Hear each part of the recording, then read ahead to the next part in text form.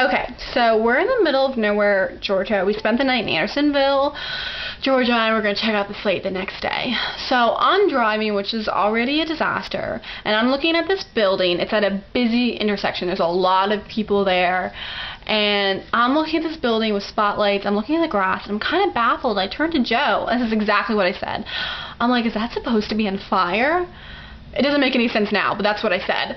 So we're like, oh my God, no. And so we pull into the parking lot and we're like, what should we do? What should we do? And Joe gets out and I'm still at the car.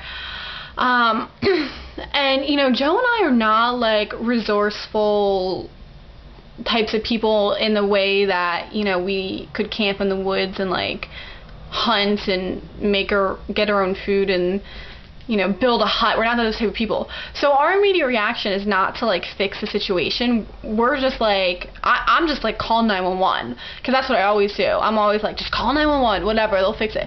So we do that, and meanwhile there's this guy in one of those like mowers that you sit down at, like 200 feet away, not that far away.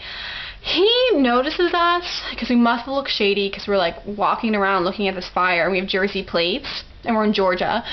And so instead of getting up and running over and checking out what's going on, he just mows himself over to where the fire was, which you can imagine was very slow. And I'm just sitting there in the car at the steering wheel watching him just like this.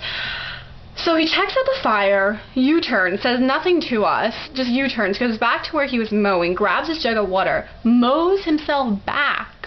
I guess he was trying to put out the fire. By that time, the fire trucks were there, and I was like trying to find a good place to kind of park the car, and I'm trying to get out of this parking lot, and the fire trucks are coming towards me, and I'm like, oh my gosh.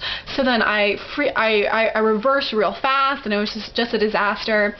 And by that time, a lot of people were there, and they were putting out the fire. It was probably the biggest thing that's ever happened there in a few years.